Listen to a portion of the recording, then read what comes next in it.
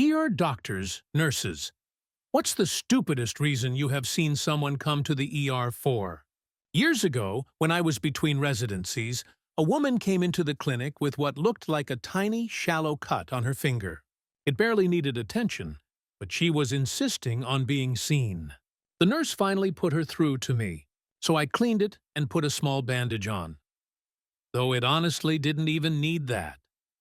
Then I sat back and gently asked her what was really going on. That's when everything came out. Her daughter was dying of cancer.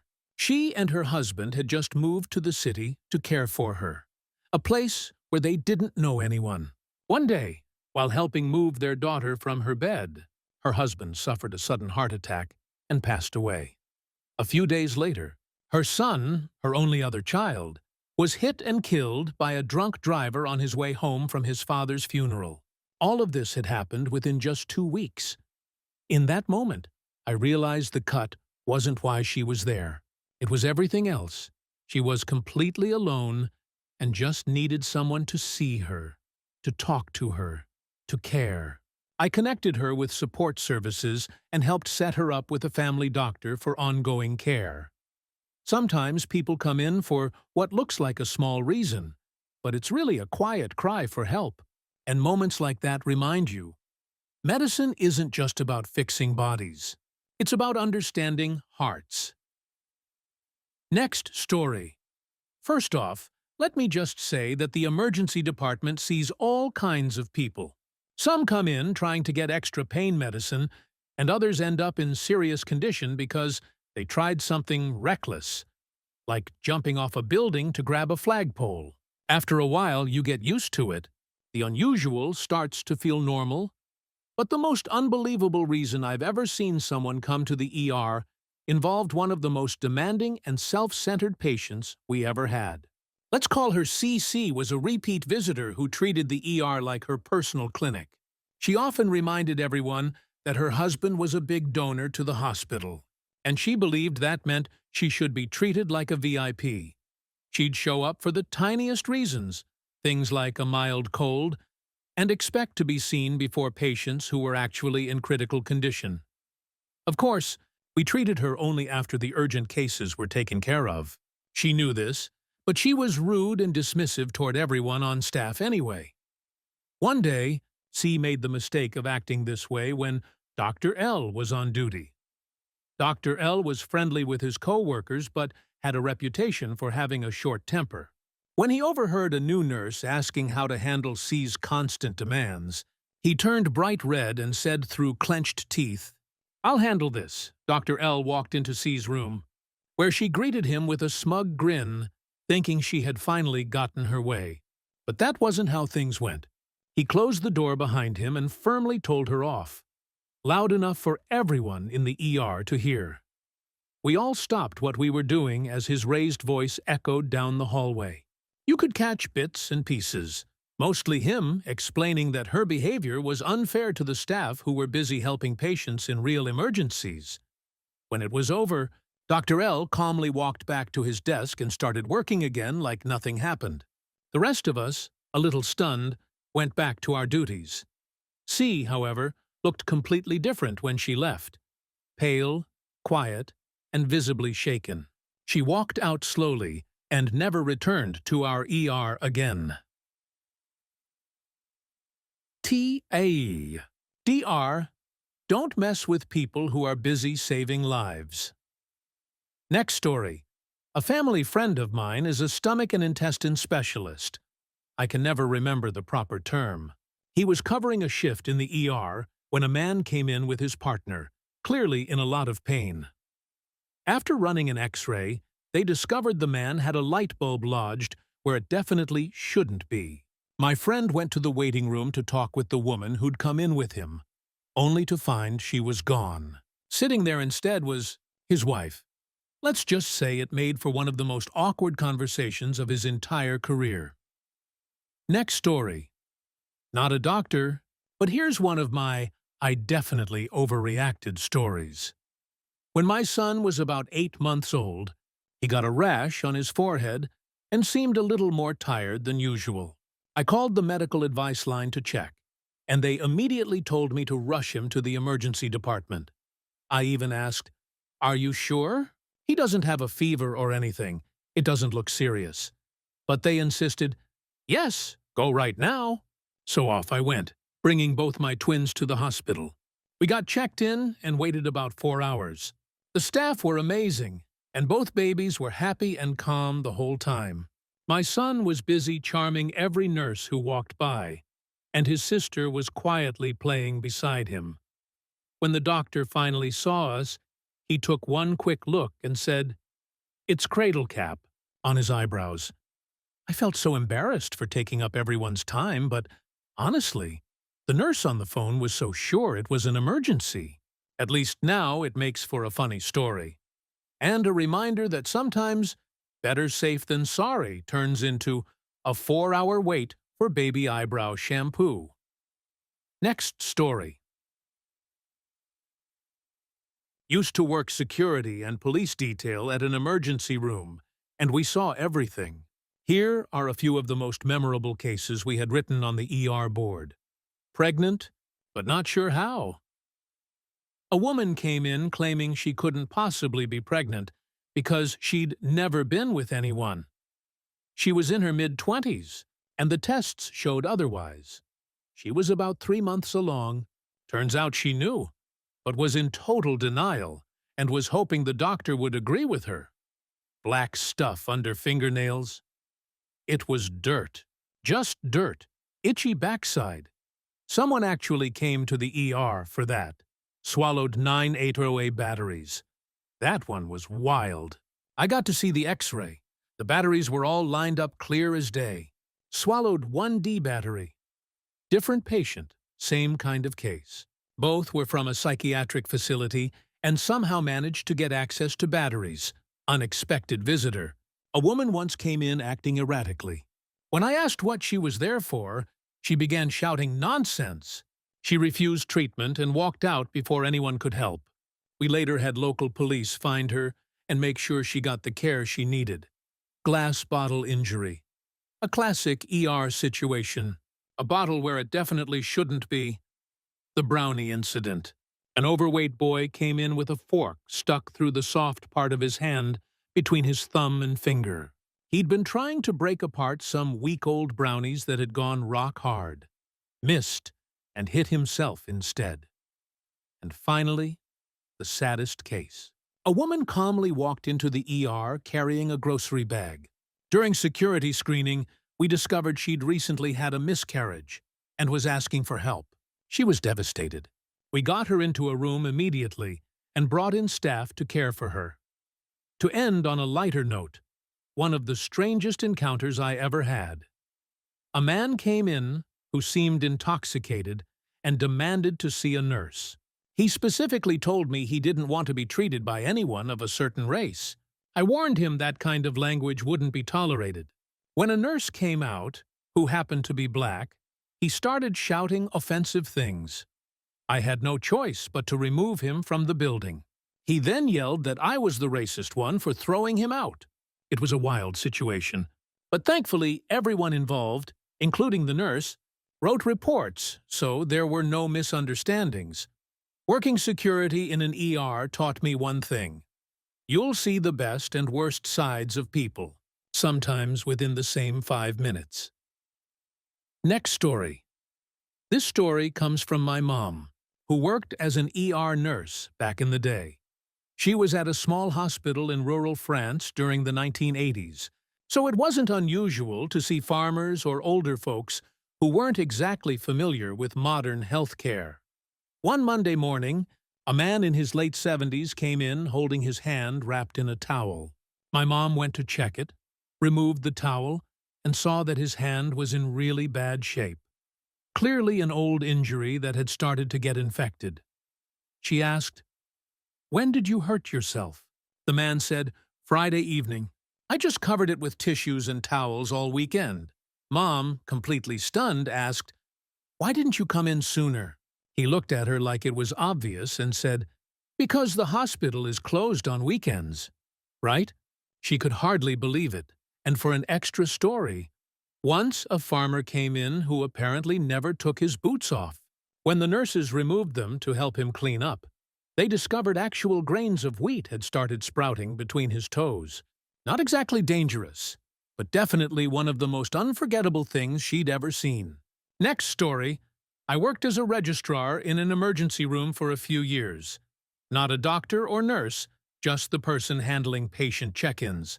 You see a lot of unusual cases working nights in the ER, but a few always stick with you. One night, a woman came in by ambulance for what turned out to be a basic sinus or ear infection. Nothing severe, no eardrum issues or anything like that. As I was getting her information, she told me she had already seen a doctor earlier that day, already got antibiotics, and had even taken her first dose. When I asked why she called an ambulance, she said, "Well, I would have taken a cab, but I spent all my money on the video lottery machines." Honestly, at that point, whether she was insured or not didn't even matter. It was just one of those only in the ER moments. And that wasn't even the strangest thing. I once saw two grown men come in for splinters. Just tiny, fresh splinters in their fingers. No infection, no bleeding, nothing serious. One of them came in on Christmas night when the wait time was around 4 hours. The triage nurse decided to let him sit and wait instead of helping him right away. Maybe as a little reminder not to use the ER for a splinter on the busiest night of the year.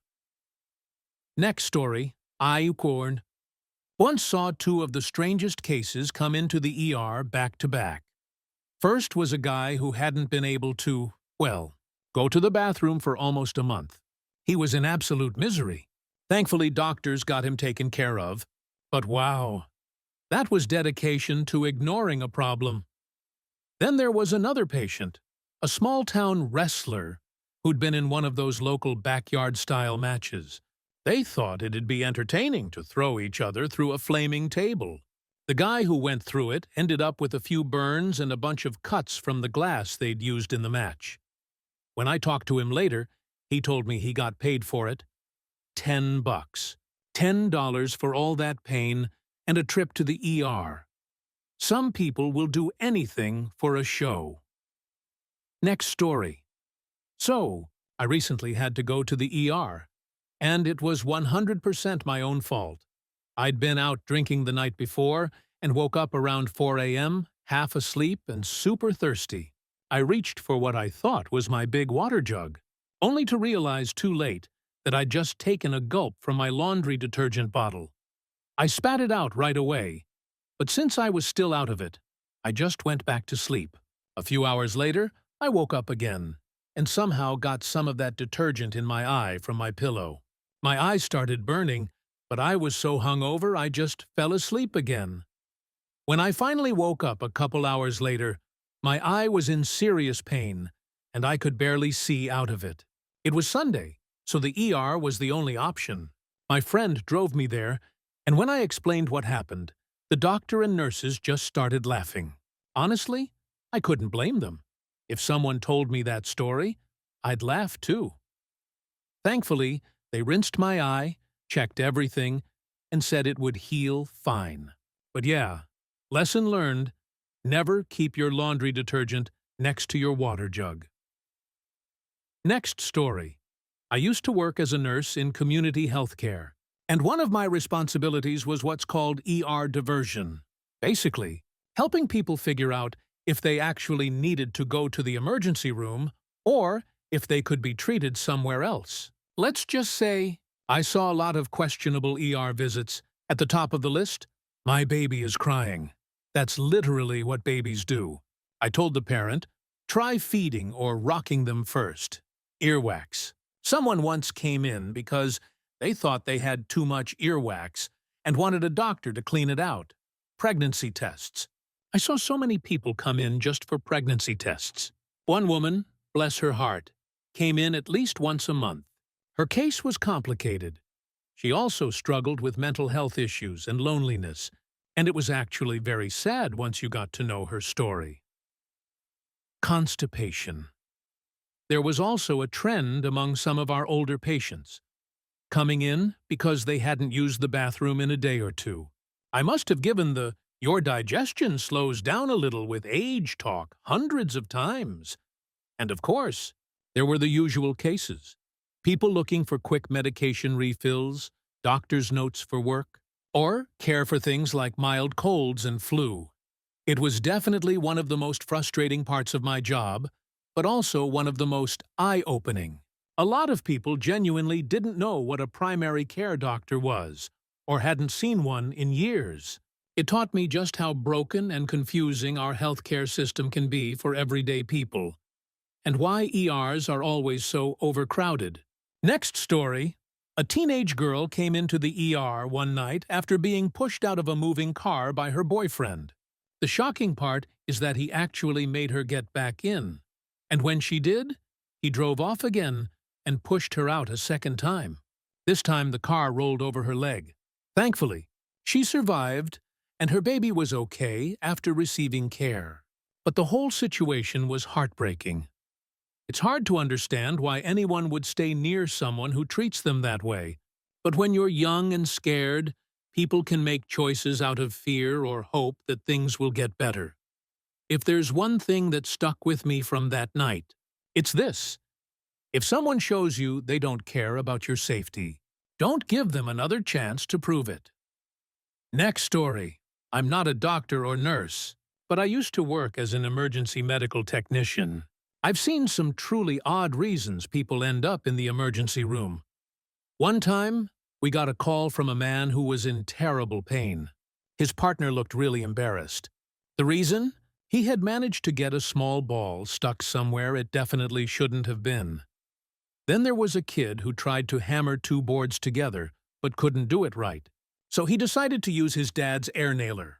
The nail missed the wood and went straight into his own knee.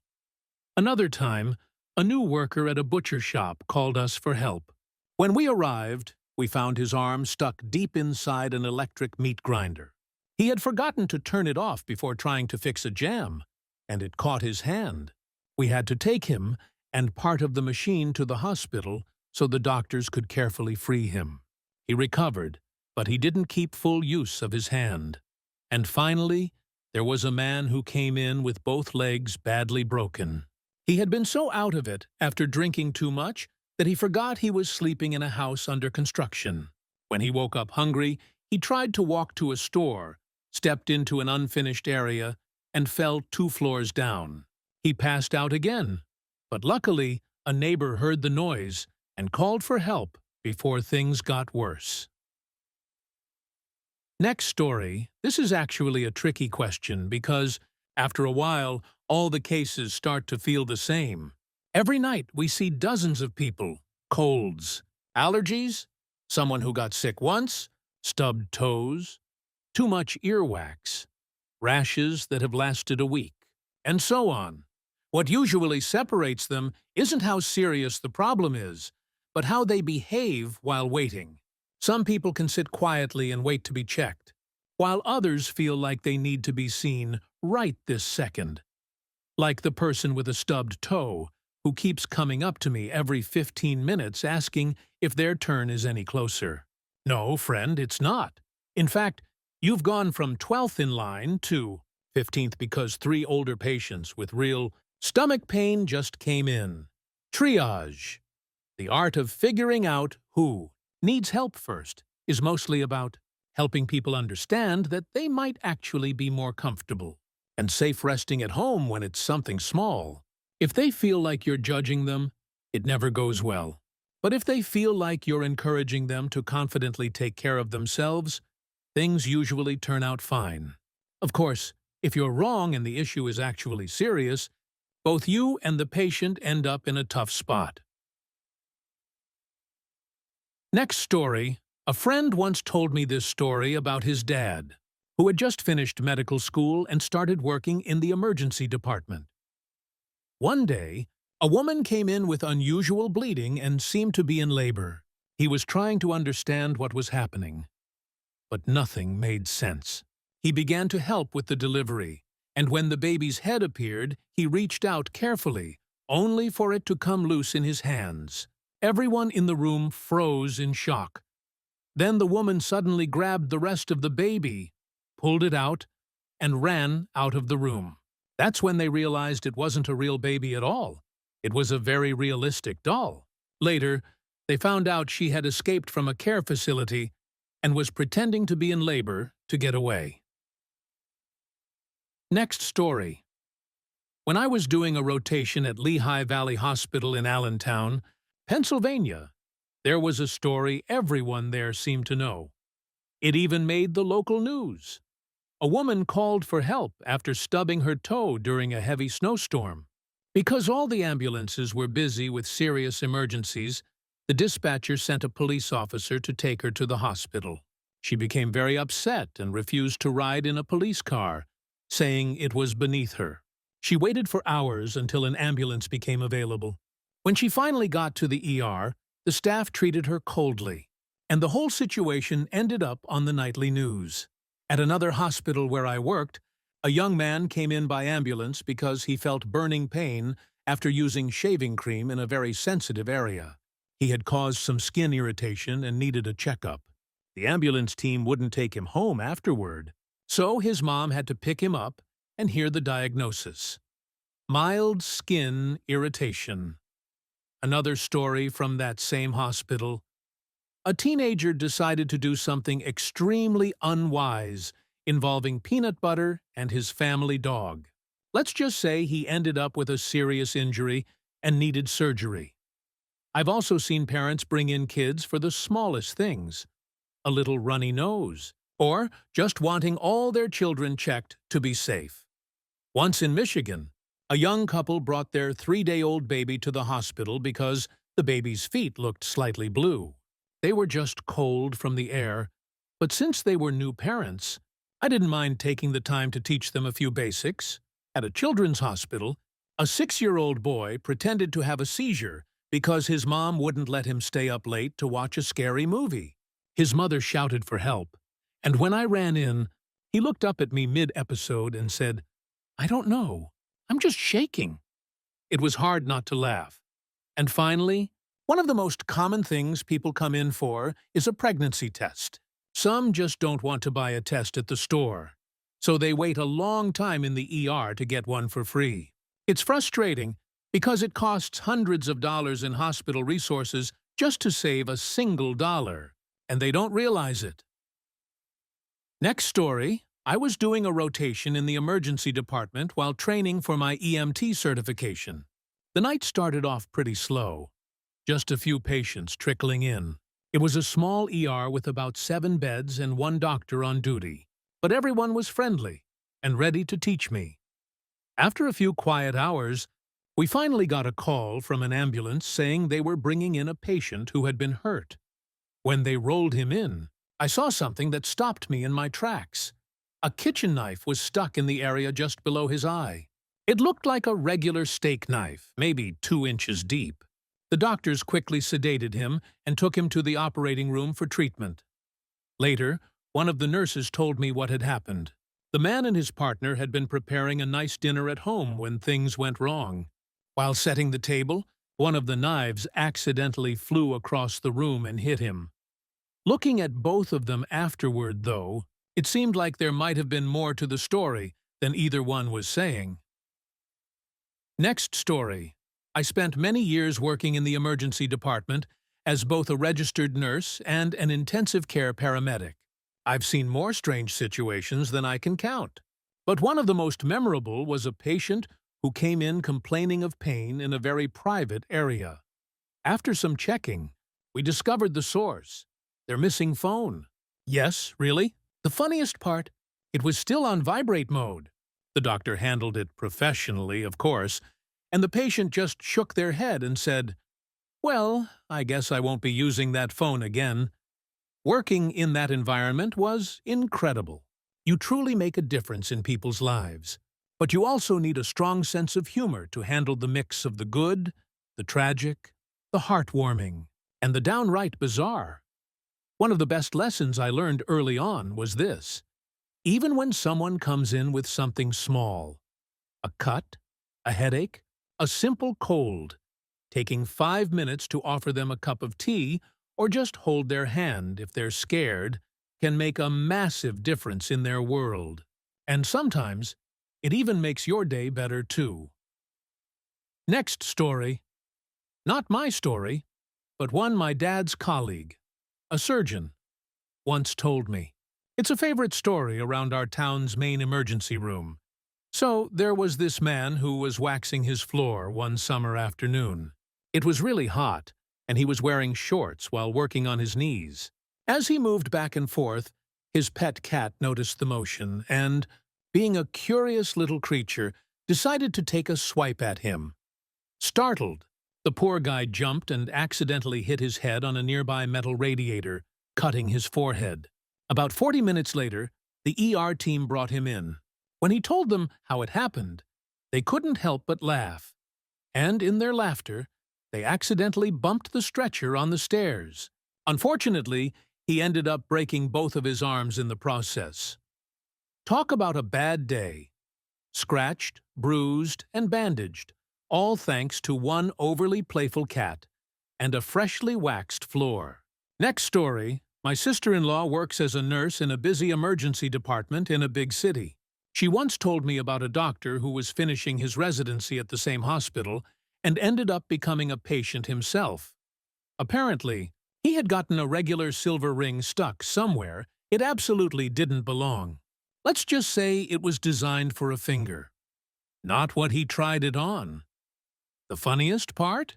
He had to come back to work on Monday and face all the nurses and staff who already knew why he'd been in the ER that weekend. Hey, everyone's free to experiment in their own time. But maybe, just maybe, pick a different hospital next time. Next story. When I was a nursing student doing clinical rounds, I heard a story that really stuck with me. A teenage girl came into the emergency department with severe pain and discomfort in her lower abdomen. The doctor examined her and asked for a saline solution and a basin, clearly sensing something unusual. When he began to clean the area, they discovered a serious infection caused by contamination from spoiled food. Unfortunately, the infection had progressed so badly that it caused permanent internal damage, and she might not be able to have children in the future. It was one of those unforgettable reminders of how important it is to understand basic hygiene and to never introduce unsafe objects or substances into the body. Next story. Back in school, my nurse told me to see a doctor because I was having neck and back pain. She checked my eyes and noticed that my pupils were uneven. She told me to contact my doctor right away. So I did. When I went in, my doctor asked a few questions about other symptoms, which I didn't have. Then he got serious and told me to head straight to the emergency room. And to have someone else drive me there, I felt kind of silly walking into the ER saying, "I'm here because my pupils are uneven and my neck and back hurt." But it turned out not to be silly at all. The nurses ran some checks, and the doctor explained that my pupils were naturally uneven, no danger there, and my neck and back pain likely came from a small muscle or spine strain. But here's the part that stuck with me. He said those same symptoms could have been signs of something far more serious, like a neurological problem, spinal injury, or even an early stroke. If that had been the case, it could have led to permanent nerve damage, loss of movement, or worse. So yeah, it's a good reminder that sometimes what feels minor can actually be a sign of something serious. Next story. Used to work as a security guard in an emergency department. Not the most glamorous job, but it helped me get through college. Over 4 years working in different hospitals, I saw just about everything. To answer the question about the strangest reasons people come to the ER, honestly, there are too many to count. In one hospital I worked at, there were a few patients who came in over and over again.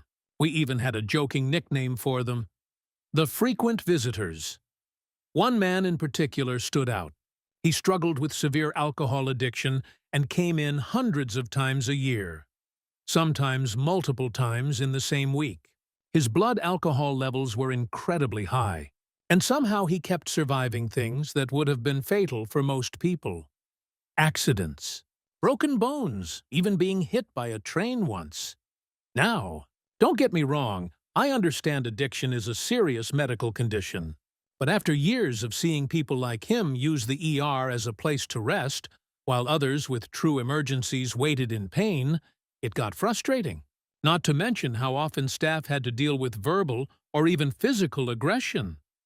It's been years since I worked in emergency security, but sometimes I still think back to those nights.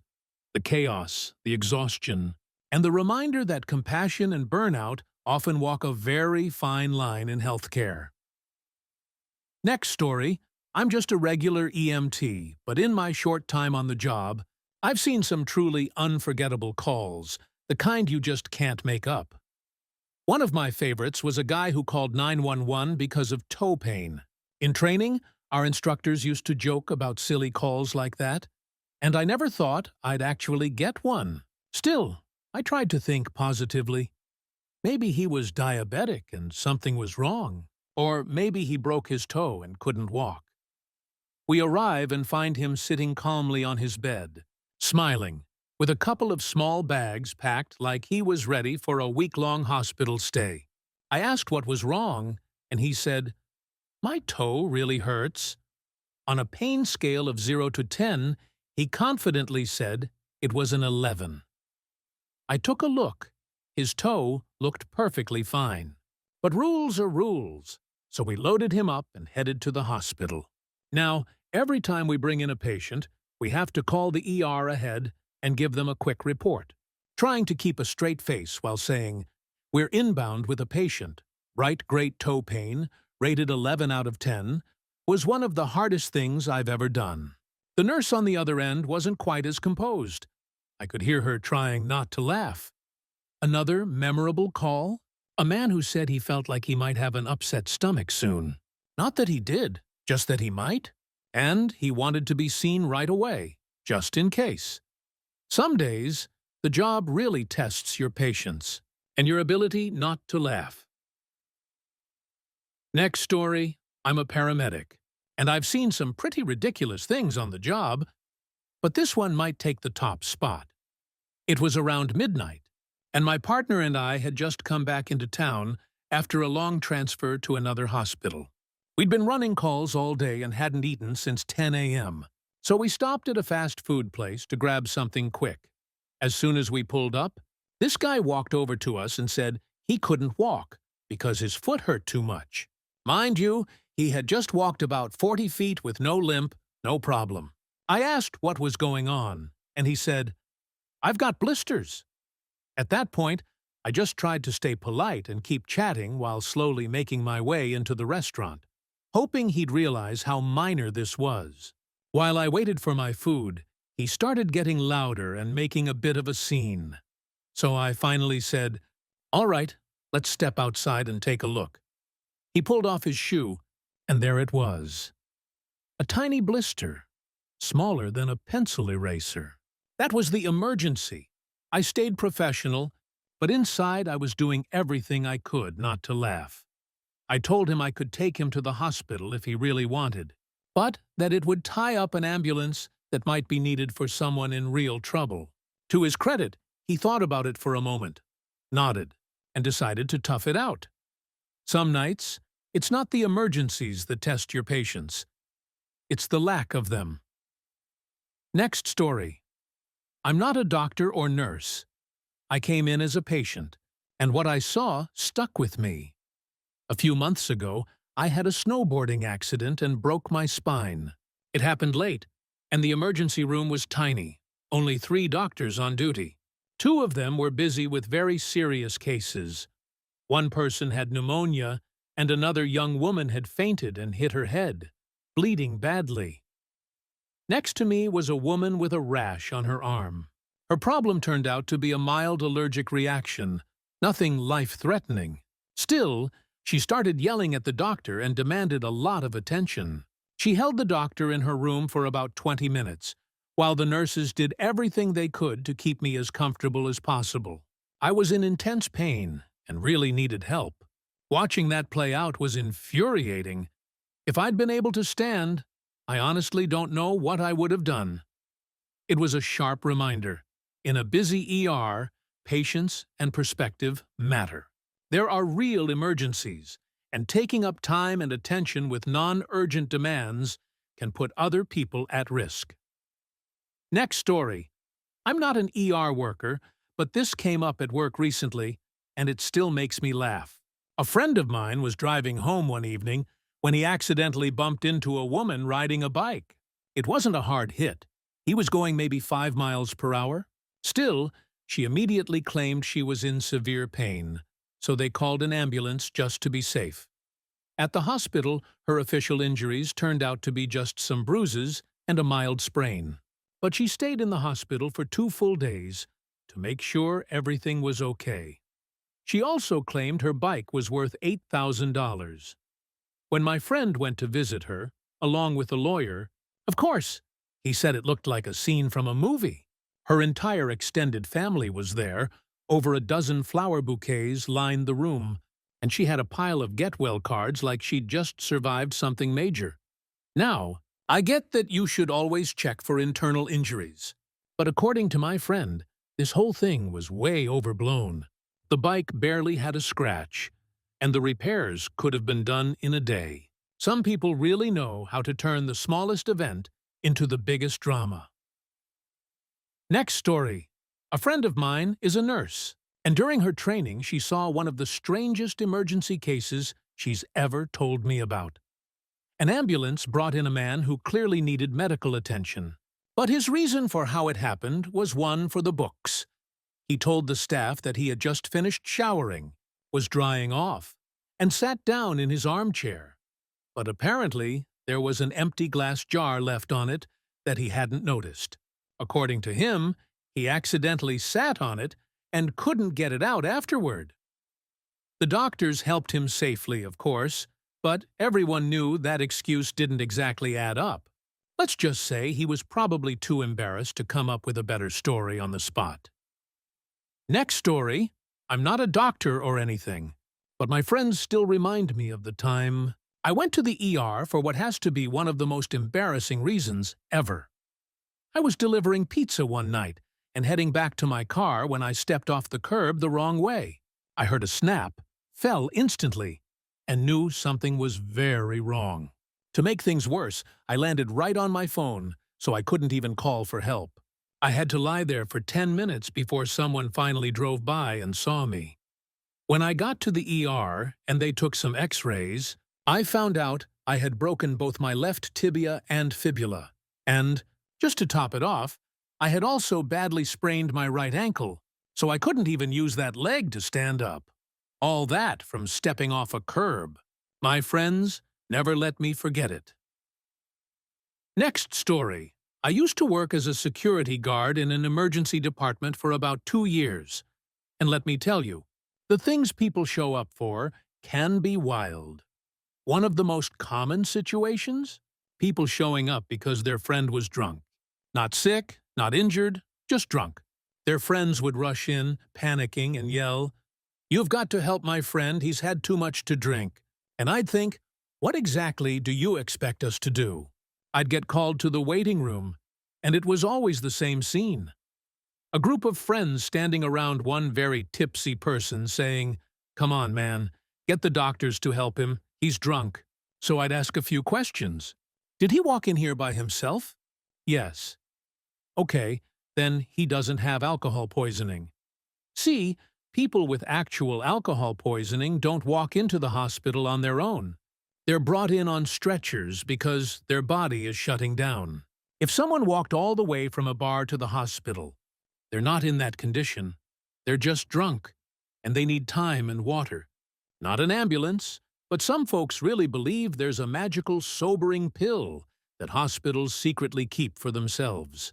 I can't tell you how many times I've had to explain that it doesn't exist. And every time I said that, someone would get angry, yelling, arguing, sometimes even trying to swing at me for telling them the truth. So yeah, if you or your friend have had too much to drink, please just go home, rest, and hydrate.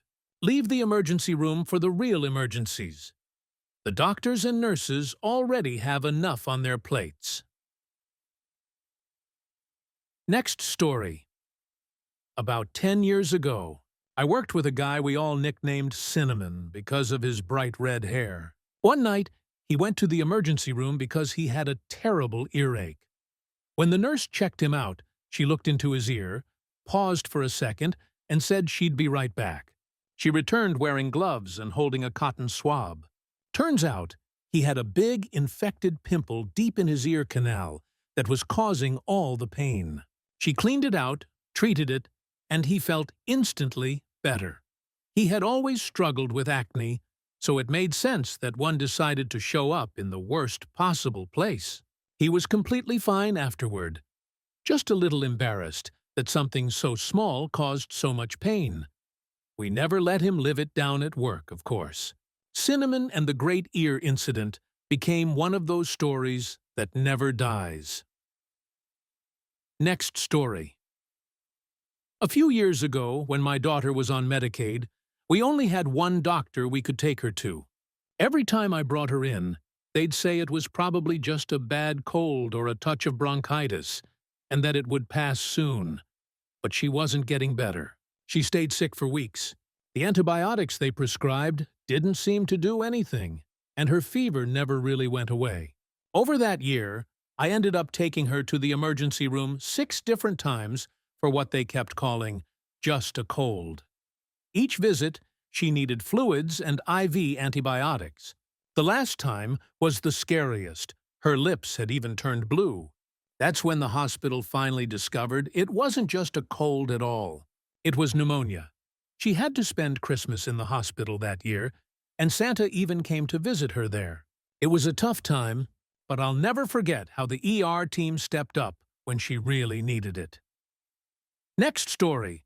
Working in emergency care teaches you that people come in for all kinds of reasons. Some serious, some not so much. In New Orleans, there was a guy who showed up again and again for the same thing: skin irritation and chapped lips. Every visit, same complaint. Then, in Pensacola, there was a woman who brought in all 5 of her kids about once a month. Not because they were sick, but just for a checkup, as she called it. In Leesville, Louisiana, someone came in for back pain that their regular doctor had already treated.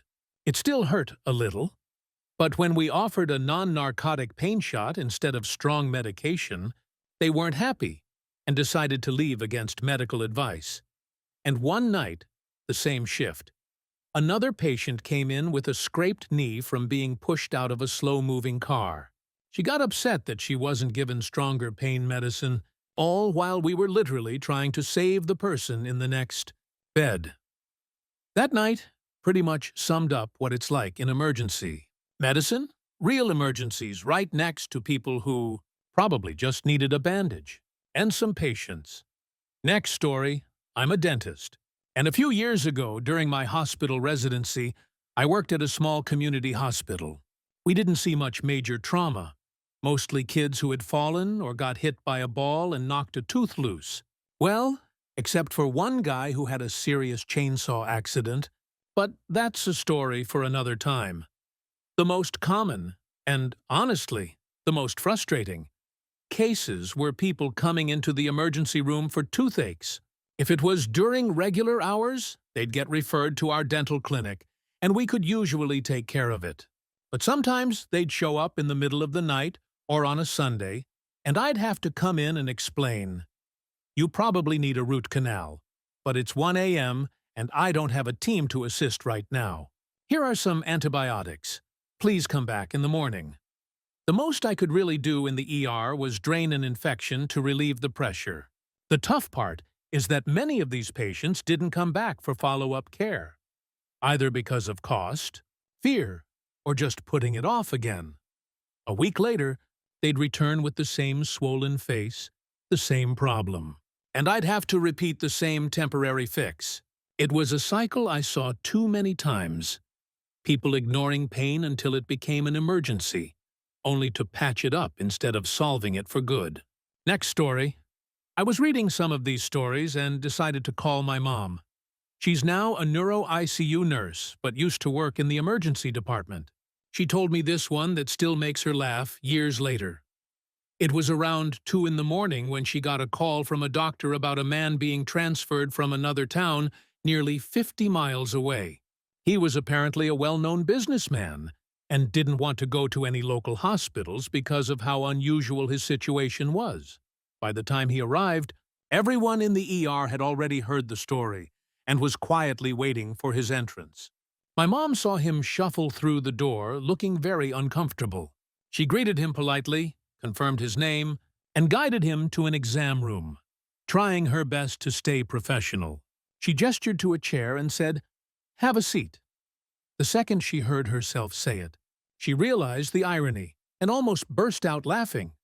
But instead, she made a quick excuse and swapped out with another nurse before she completely lost it. In the end, the doctors took care of him using a special medical chair, the kind normally used for certain examinations, and everything turned out fine. She said it was one of those nights you never forget. Equal parts awkward, funny, and a good reminder that nurses really have to keep a straight face no matter what walks through the door. Next story. So, first off, I'm not a doctor or a nurse, but about 10 years ago, one of my friends, let's just say he wasn't exactly the most responsible guy, got himself into a situation straight out of a comedy movie. He was dating this girl whose dad was, well, a tough guy with a bit of a reputation.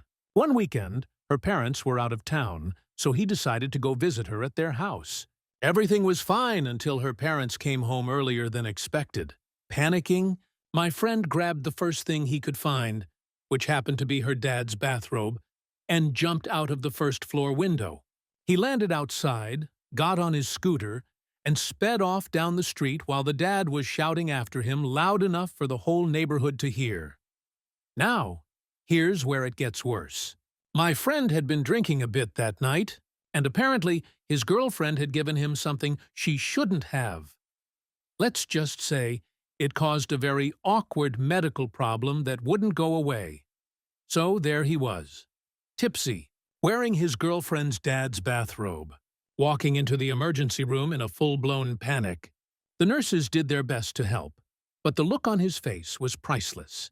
He had no idea what was going on and was absolutely terrified. When I found out and went to check on him, I couldn't help it.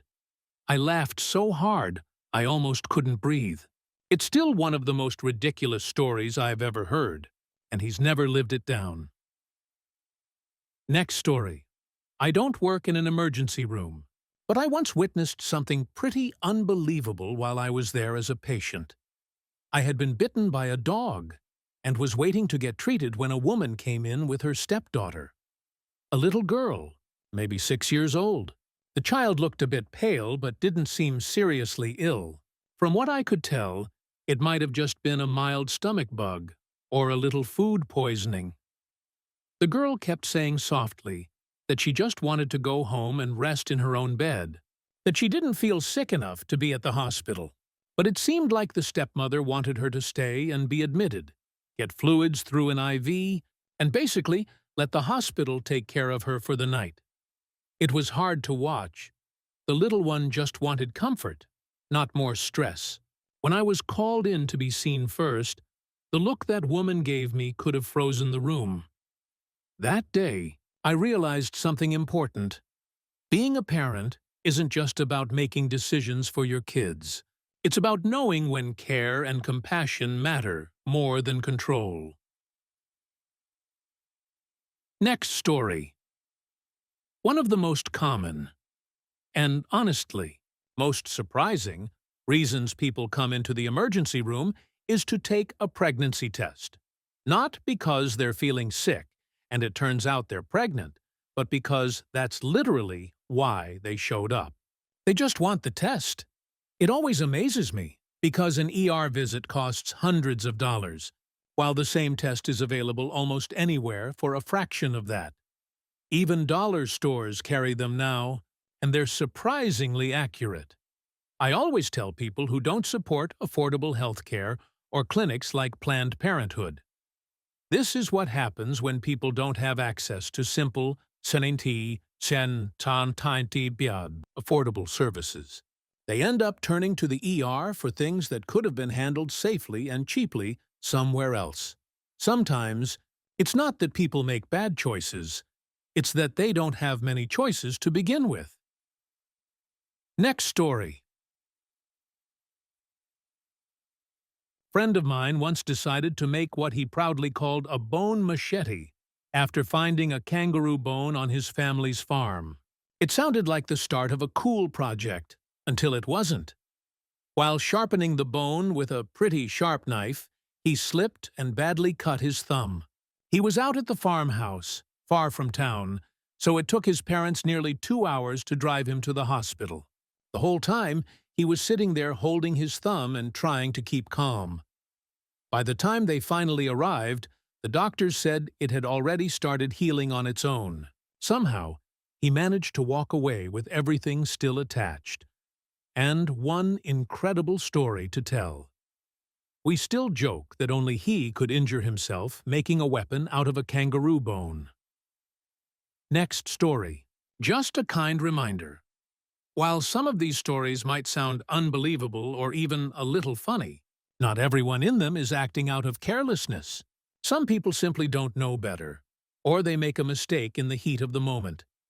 It's easy to laugh at the wild stories, but it's just as important to remember the incredible patience and compassion of the doctors, nurses, and EMTs who deal with these situations every single day. So here's to the medical professionals, the ones who patch up the truly unlucky, guide the uninformed, and handle chaos with calm. Behind every strange ER story, there's usually someone who just needed help, and someone else who showed up to give it. Next story. This didn't happen to me directly, but I saw it while I was in the hospital once. There was a woman who demanded to be sent to the emergency room because she'd bumped her head. From what I overheard, using my best Assassin's Creed stealth mode, of course, she had accidentally hit her head on a set of stairs. She seemed totally fine. No dizziness, no confusion, nothing serious. But she and her friends were absolutely insisting she be seen immediately. The staff eventually agreed to check her, just to be safe. I didn't get to see what happened after that, since I had to go get x-rays done for my knee. But it definitely made me realize some people treat the ER like a first aid clinic, while others are sitting there with real emergencies trying to stay patient. Next story. I once had a young woman come into the emergency room asking for a pregnancy test. When we asked if she had already taken one at home, she said, yes, but it was positive. And then the lines faded after a few hours, so I'm not sure if it's real. She wanted a blood test just to be absolutely sure. We handed her a cup, had her provide a sample, and dipped a standard test strip in it. Sure enough, positive again. Afterward, she got a quick and friendly lesson on how pregnancy tests actually work, including the part where you don't wait hours to read the result. Sometimes in the ER, you're not just treating patients, you're also giving a little crash course in science. Next story. We once had a patient call 911 and arrive at the emergency department because, and I'm not kidding, they said they had a nightmare. And that's the kind of thing that explains why. Sometimes, people end up waiting so long to see a doctor or nurse. Emergency rooms aren't just used for actual emergencies anymore. They've become a mix of everything. A place where people go for minor issues that could have been handled at a clinic, a safe space for those with nowhere else to turn, and sometimes, unfortunately, a stop for people looking for things the ER was never meant to provide. For the staff, it's a constant balancing act, trying to help the truly critical patients while managing everything else that walks through the door. It's exhausting, but it's also a reminder of just how many different roles emergency workers fill every single day. Next story. This one's actually about me. I'd been having some heartburn when I ate, So I called my doctor just to ask if it was okay to take heartburn medication with the prescriptions I was already on. Now, I knew my heart was fine. I'd literally had an EKG done a month earlier, and everything checked out. But my doctor got really worried and insisted I go straight to the emergency room. I thought, no way, this is not an ER situation. So instead, I went to a local walk-in clinic. They gave me a sample pack of Prilosec, and that was that. Problem solved. No emergency room visit, no angry ER doctor, and no more heartburn. Sometimes it pays to know the difference between an emergency and a little indigestion. Next story, I once had a college student come into the emergency department by ambulance for a sunburn. It was a first-degree burn across his back, chest, neck, face, and legs. Turns out he'd spent the weekend tubing down a river, drinking with friends, and completely forgot to reapply sunscreen. Then he fell asleep under the Texas sun. By the time he woke up, he looked like a lobster and decided it was an emergency. And honestly, that's just one example. Over the years, I've seen just about everything come through those doors. People with ingrown toenails, people who threw up once and then felt totally fine, parents who said, "My child felt warm," but didn't own a thermometer, patients who couldn't get a doctor's appointment fast enough, so they came straight to the ER instead, even people saying, "I need an MRI," or "I ran out of my prescription weeks ago." The ER isn't just for emergencies anymore. It's become a mix of true medical crises and everyday problems that probably could have waited for a clinic visit. But we still treat everyone the same, because sometimes what seems small to one person might feel huge to someone else. Next story. One time, I went to the emergency room because my chest hurt. And I mean really hurt. It was the worst pain I'd ever felt. I couldn't lie down, couldn't laugh, couldn't even take a deep breath without feeling like something sharp was stabbing me right under my ribs, just below my heart. It went on for 2 days before I finally decided to go to the ER. And, of course, by the time I got there and they brought me into a room, the pain had completely stopped. They ran some tests and told me everything looked normal. I was relieved, but also a little embarrassed, like I'd wasted everyone's time and $300 for nothing. But honestly, looking back, I don't regret going. Chest pain is no joke, and sometimes it's better to be safe and get checked out than to ignore something that could have been serious. Next story. It's surprising how many times women come into the emergency room convinced they're having a miscarriage, when, in reality, it turns out to be a particularly heavy menstrual period. They'll often arrive in full panic, sometimes even by ambulance. When asked, "How many weeks along are you?" the answer is usually, "I didn't even know I was pregnant." One woman was completely certain she had gone through 4 miscarriages in 4 months, each about 3 weeks apart. The truth was much simpler and far less serious. It's moments like these that remind you how much confusion and fear can come from not fully understanding what's happening with your own body, and how much education and reassurance healthcare workers really provide beyond just treatment. Next story. I'm not a doctor or a nurse, but I've definitely been to the ER for some pretty embarrassing reasons. The first time, I was sweeping the floor at work when the metal broom handle suddenly twisted and broke. The sharp edge caught my hand, and I ended up needing a tetanus shot. When the doctor asked, "So, how'd you do this?" and I said, "Sweeping the floor," he just started laughing. The second time was even better. I was trying to pull one of those retractable iPod cords out from under a pile of textbooks. It snapped back and hit me right in the eye. I had to go to the ER again. Turns out I had 2 tiny scratches on my cornea. When I explained what happened, the doctor laughed again. At this point, I'm convinced my ER visits are less about treatment and more about giving the doctors their comedy break for the day. Next story, year 2020, was at the emergency room with my son once. He needed a few stitches after a small accident. You know how it goes. He's a kid. Things happen. While we were waiting, a group of guys came rushing in with their friend who was bleeding from a head wound. And if you've ever seen a head injury, you know it looks way worse than it usually is because they bleed a lot. They told the staff their story, and it was something. They'd been out near the railroad tracks, hanging out and having fun, when one of them thought it would be funny to throw a brick at a passing train. Well, the train won. The brick bounced right back and hit their friend square in the face. Thankfully, he was okay. Just needed some stitches and a serious reality check. Let's just say that's one story they'll be hearing about at every reunion for the rest of their lives.